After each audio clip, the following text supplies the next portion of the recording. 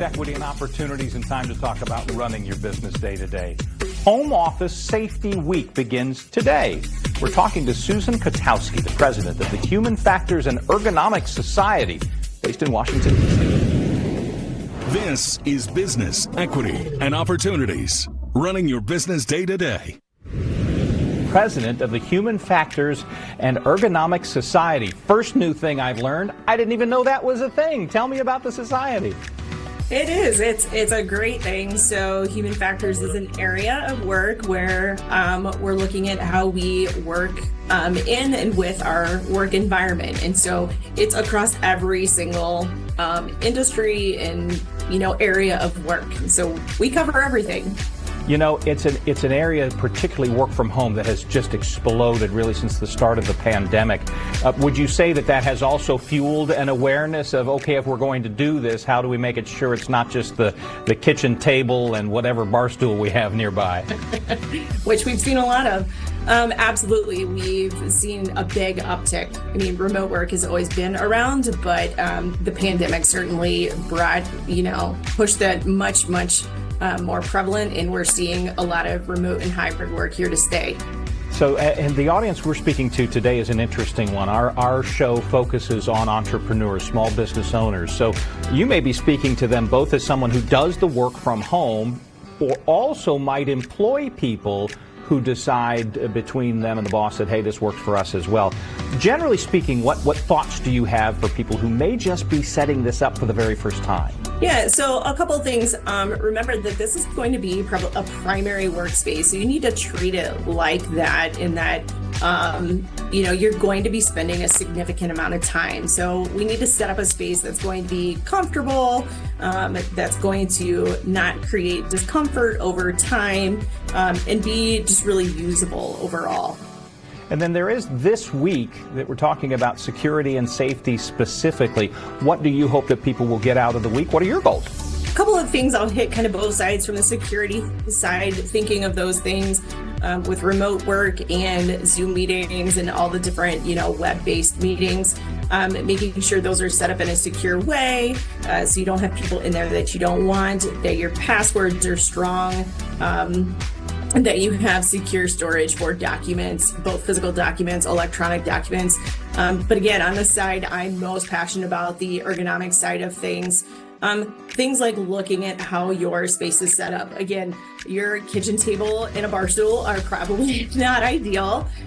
So putting a little bit of investment in there, and it doesn't have to be, $1,000 chair and a stand table. There's things we can do with what you have in your space.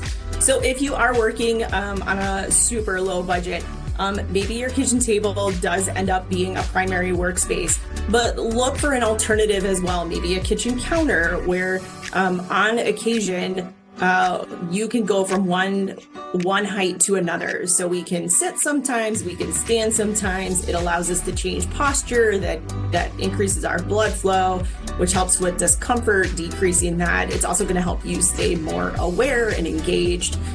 So that doesn't even involve buying anything, but just looking for what you have already available to work with in your space. If you do have a desk already, making sure it's set up to a good height for you. If it's not adjustable, a lot of things can be adjusted. You can stick some things underneath the legs of your desk to raise it up a little bit and so forth. Super common one is that your laptop is your primary computer. So we see that all the time. A couple of things I would definitely recommend. One being, use your laptop for the computing power. Get a couple extra things. Get an external monitor, get a keyboard, and get a mouse. So put the computer off to the side. If you have one monitor, that's going to go right in front of you.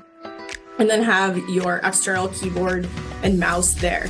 So you're using that primary monitor that's set up to a good height versus your laptop monitor. That could be an intimidating thing for somebody who has long ago made the switch to full laptop. I mean, we all started on the PC or the Apple equivalent of it.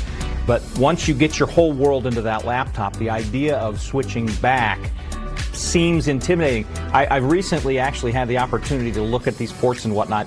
It's actually not that bad. There are companies that make little widgets that can connect it all in a heartbeat. Super easy. So yeah, if you need to be mobile, you just, take everything right off that dock and you're mobile again. But if you are using it long term, it is a much, much better situation to have that external monitor, the full size keyboard, a regular mouse. So you're looking up at your monitor at a right height, not down at your laptop, monitor, and trying to type on a condensed keyboard and use a little mouse pad all at the same time. So in the long run, it's worth the investment. You can get a decent monitor. They're not super expensive. Keyboards are very reasonable, as is a mouse. So it's worth the little bit of an extra investment in the long term for sure. You've given us the carrot of these things will make you more comfortable. Kind of apply a little stick here. If we don't do these things, what are some of the problems we can invite on ourselves? Yeah, and there's definitely research out there. I've done a lot and with other colleagues as well. And in the literature, you'll find it does not take long for you to start seeing and feeling discomfort.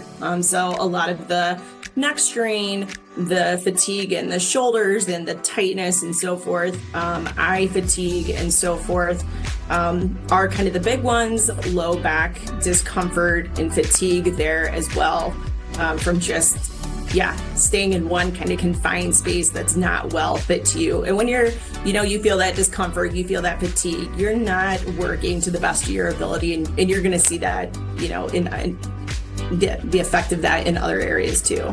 Well, and there you're speaking directly to the entrepreneurs. They certainly want maximum productivity while keeping those that they work with healthy as well, and themselves too. Susan, we appreciate your time today, and best of luck, best in business, and best of comfort to you too in your home office. You as well. Thank you. Running your business day to day is made possible by Circulus Digital Media.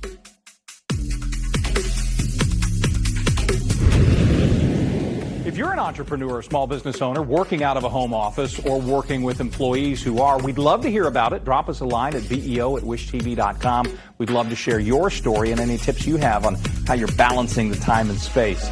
Pictures are welcome as always too, so please be sure to reach out. As always, if you'd like to rewatch this segment or any of them that we have here, go to beoshow.com through the QR code.